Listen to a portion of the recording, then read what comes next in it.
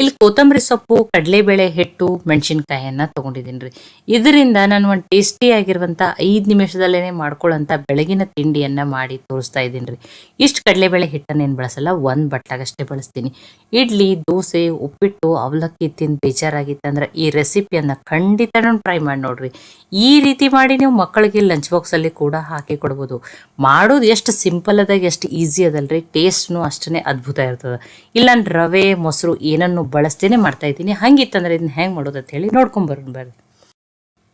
ಇಲ್ಲಿ ನಾನು 1 ಬಟ್ಲಾಗಷ್ಟೇ ಕಡಲೆಬೇಳೆ ಹಿಟ್ಟು ಅಥವಾ ಕಡಲೆ ಹಿಟ್ಟನ್ನು ಹಾಕೊಂಡಿನಿ, ಸೋಸ್ ಬೆಟ್ಟನೆ ತೊಗೊಂಡಿನಿ. ಅದರಲ್ಲೇನೆ 1 ಬಟ್ಲಾಗಷ್ಟೇ ಅಕ್ಕಿ ಹಿಟ್ಟನ್ನು ತೊಗೊಂಡಿನಿ. ಮೆಜರ್ಮೆಂಟಿಗೆ ನೀವು ಒಂದೇ ಥರದ ಬಟ್ಲ ಕಪ್ಪನ್ನು ಬಳಸ್ರಿ. 1 ಬಟ್ಲಾಗಷ್ಟೇ ನೀರನ್ನು ತೊಗೊಂಡಿದ್ದೀನಿ. ಈಗ ಯಾವುದೇ ರೀತಿ ಗಂಟು ಇರ್ಲಾರ್ದಂಗೆ ನೀಟಾಗಿ ಮಿಕ್ಸ್ ಮಾಡಿಬಿಟ್ಟು ತಗೋರಿ. ನೋಡಿ ಈಗ ಮಿಕ್ಸ್ ಮಾಡ್ಕೊಂಡಿದ್ದೀನಿ.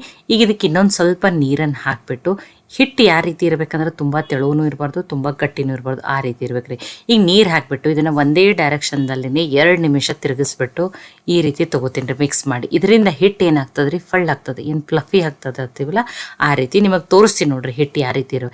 ಸ್ವಲ್ಪ ನೀರನ್ನು ಹಾಕಿ ಆದ್ರೆ ಮಿಕ್ಸ್ ಮಾಡ್ಕೊರಿ. ನೀವು ಒಮ್ಮೆಲೆ ನೀರನ್ನು ಹಾಕ್ಕೊಂಡು ತುಂಬ ತೆಳುವೂ ಮಾಡ್ಕೊಳಕ್ಕೆ ಹೋಗ್ಬೇಡ್ರಿ. ಈಗ ಇದು ಕರೆಕ್ಟಾಗಿ ರೆಡಿ ಆಗಿದ್ರೆ ಉಳಿದಿರುವ ಸಾಮಗ್ರಿಗಳನ್ನ ಹಾಕ್ತೀನಿ. 1/4 ಟೀ ಸ್ಪೂನಾಗಷ್ಟೇ ಅರಿಶಿನ ಹಾಕ್ತಾ ಇದ್ದೀನಿ. ಒಂದು ಸ್ವಲ್ಪ ಹಿಂಗೆ ಹಾಕ್ತಾ ಇದ್ದೀನಿ ರೀ. ಹಿಂಗೆ ಡೈಜೆಷನ್ಗೂ ತುಂಬ ಒಳ್ಳೆಯದು. ಒಂದು ಅರ್ಧ ಸ್ಪೂನಾಗಷ್ಟೇ ಓಂ ಕಾಳು ಅಥವಾ ಅಜ್ವಾನನ್ನು ಹಾಕ್ತಾ ಇದ್ದೀನಿ. ಅರ್ಧ ಈರುಳ್ಳಿಯನ್ನು ಸಣ್ಣದಾಗಿ ಕಟ್ ಮಾಡಿ ಹಾಕಿದ್ದೀನಿ. 2 ಮೆಣಸಿನ್ಕಾಯಿನ ಹಾಕಿದ್ದೀನಿ. ಖಾರ ನೀವು ನೋಡ್ಬಿಟ್ಟು ಹಾಕೋರಿ. ಮಕ್ಕಳಿಗೆ ಮಾಡ್ತಿದ್ರಿ ಅಂದರೆ ನೀವು ಚಿಲ್ಲಿ ಫ್ಲೆಕ್ಸನ್ನಾದರೂ ಹಾಕೋಬೋದು. ಕೊತ್ತಂಬರಿ ಸೊಪ್ಪನ್ನು ಸಣ್ಣದಾಗಿ ಕಟ್ ಮಾಡಿ ಹಾಕಿದ್ದೀನಿ ರೀ. ಸ್ವಲ್ಪ ಫ್ರೆಶ್ ಆಗಿರೋ ಕರಿಬೇವು ಸೊಪ್ಪನ್ನು ಹಾಕ್ತಾ ಇದ್ದೀನಿ. ರುಚಿಗೆ ತಕ್ಕಷ್ಟು ಉಪ್ಪು. ನೋಡಿ ಈಗ ಇದನ್ನು ಮಿಕ್ಸ್ ಮಾಡ್ಕೊಂಡ್ರಿ. ತುಂಬ ಕಡಿಮೆ ಸಾಮಗ್ರಿಗಳನ್ನ ಬಳಸಿ ಅಥವಾ ಬೇಸಿಕ್ ಸಾಮಗ್ರಿಗಳನ್ನ ಬಳಸಿ ಮಾಡ್ತಾ ಇದ್ದೀನಿ. ನೋಡಿ ಈಗ ಇದನ್ನು ಮಿಕ್ಸ್ ಮಾಡ್ಕೊಂಡಿದ್ದೀನಿ. ಇಲ್ಲ ನೀವು ಬೇಕಂದ್ರೆ ಕ್ಯಾರೆಟನ್ನು ತುರಿದ್ಬಿಟ್ಟು ಕ್ಯಾಪ್ಸಿಕಮನ್ನು ಸಣ್ಣದಾಗಿ ಕಟ್ ಮಾಡಿನೂ ಹಾಕೋಬೋದು. 1/4 ಟೀ ಸ್ಪೂನ್ಗಿಂತ ಕಡಿಮೆನೇ ಬೇಕಿಂಗ್ ಸೋಡಾನ ಹಾಕಿದ್ದೀನಿ ರೀ ನಾನು. ನಿಮಗೆ ಏನೋ ನಡೀತಿತ್ತು ಅಂದ್ರೆ ನೀವು ಒಂದು ಅರ್ಧ ಸ್ಪೂನಾಗಷ್ಟು ಈರುಳ್ಳಿ ಹಾಕೋಬೋದು. ಈಗ ಬೇಕಿಂಗ್ ಸೋಡಾ ಹಾಕಿದ್ಮೇಲೆ ನೀಟಾಗಿ ಮಿಕ್ಸ್ ಮಾಡ್ಕೊಂಡಿದ್ದೀನಿ. ಇಲ್ಲಿ ನಾನು ಒಗ್ಗರಣೆ ಪ್ಯಾನನ್ನು ಇಟ್ಟಿದ್ದೀನಿ ರೀ. ಇದಕ್ಕೊಂದು ಅರ್ಧ ಸ್ಪೂನಾಗಷ್ಟು ಎಣ್ಣೆ, ಸ್ವಲ್ಪ ಸಾಸಿವೆ, ಕರಿಬೇವು ಸೊಪ್ಪನ್ನು ಹಾಕಿದ್ದೀನಿ. ನೀವು ಬಿಳಿ ಎಳ್ಳನ್ನು ಆದ್ರೂ ಹಾಕೋಬೋದು. ಇದಕ್ಕೆ ಈಗ ನೋಡಿ 1 ಸ್ಪೂನಾಗಷ್ಟೇ ಹಿಟ್ಟನ್ನು ಹಾಕೋತಿದ್ದೀನಿ. ಇಲ್ಲ ನೀವು ಪ್ಯಾನ್ದಲ್ಲಿ ಚಿಕ್ಕ ಪ್ಯಾನ್ ಕೇಕ್ ಥರನೂ ಹಾಕೋಬೋದು ರೀ, ನಡೀತದೆ. ನೋಡಿ ಇದಕ್ಕೆ ಇನ್ನೊಂದು ಸ್ವಲ್ಪ ಎಣ್ಣೆಯನ್ನು ಹಾಕಿಬಿಟ್ಟು ಮುಚ್ಚಿ ಬೇಯಿಸ್ಬಿಟ್ಟು ತೊಗೋತೀನಿ ನೋಡಿರಿ. ನೋಡಿ ಈಗ ಒಂದು ಸೈಡ್ ಬೇಯ್ದದ. ಈಗ ಇನ್ನೊಂದು ಇದನ್ನು ತಿರುಗಿಬಿಟ್ಟು ಬೇಯಿಸ್ಬಿಟ್ಟು ತೊಗೊಳೋಣ್ರಿ. ನೋಡಿ ಕಲರ್ನು ನೋಡಿರಿ ಎಷ್ಟು ಚೆನ್ನಾಗಿ ಬಂದದ. ನೋಡಿ ಎಷ್ಟು ಹೊರಗಡೆಯಿಂದ ಕ್ರಿಸ್ಪಿ ಇರ್ತದೆ, ಒಳಗಡೆಯಿಂದ ಸಾಫ್ಟ್.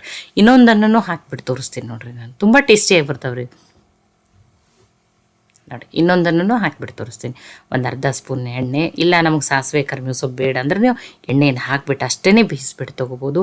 ಈ ರೀತಿ ಬೇಡ ನಮಗೆ ತುಂಬ ಟೈಮ್ ಆಗ್ತದಂದ್ರೆ ನೀವು ಒಮ್ಮೆಲೆ ಪ್ಯಾನ್ ತೊಗೊಂಡ್ಬಿಟ್ಟು ಒಮ್ಮೆಲೆ 3 ಹಾಕಿಬಿಟ್ಟು ಚಿಕ್ಕ ಪ್ಯಾನ್ ಕೇಕ್ ಥರನೂ ಮಾಡ್ಬೋದು. ನಾನು ಇದನ್ನು ಈಗ ಕಡಲೆಬೇಳೆ ಹಿಟ್ಟಿನ ದೋಸೆ ಥರ ಮಾಡಿದ್ದೀನಿ ನೋಡಿರಿ. ಇದನ್ನು ನೋಡಿ 2 ಹಾಕಿಬಿಟ್ಟು ತೋರಿಸಿದ್ದೀನಿ. ತುಂಬ ಸಿಂಪಲ್ ಅದ್ರಿ.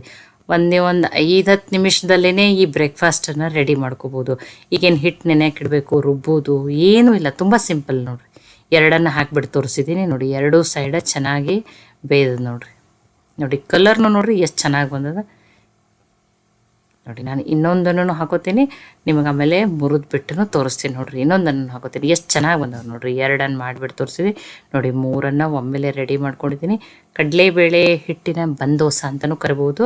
ನೋಡಿ ಎಲ್ಲನೂ ಎಷ್ಟು ಚೆನ್ನಾಗಿ ಬಂದಾವೆ ನೋಡಿರಿ. ಈ ರೀತಿ ಹೆಲ್ದಿಯಾಗಿ ಮಾಡಿ ಮಕ್ಕಳಿಗೆ ಲಂಚ್ ಬಾಕ್ಸಲ್ಲಿ ಕೂಡ ಹಾಕಿ ಕೊಡ್ಬೋದು.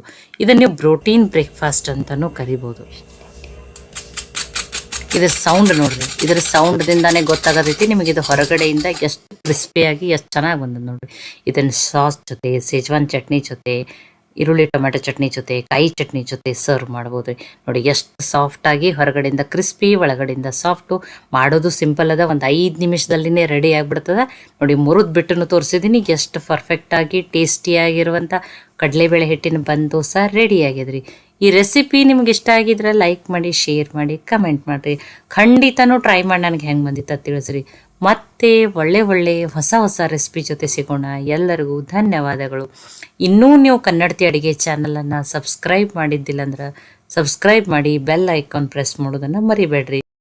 ಈ ವಿಡಿಯೋನ ಹೈಪ್ ಮಾಡಿರಿ. ಇದು ಇನ್ನೂ ಜಾಸ್ತಿ ಜನಕ್ಕೆ ರೀಚ್ ಆಗ್ತದೆ. ಮತ್ತೊಮ್ಮೆ ಎಲ್ಲರಿಗೂ ಧನ್ಯವಾದ.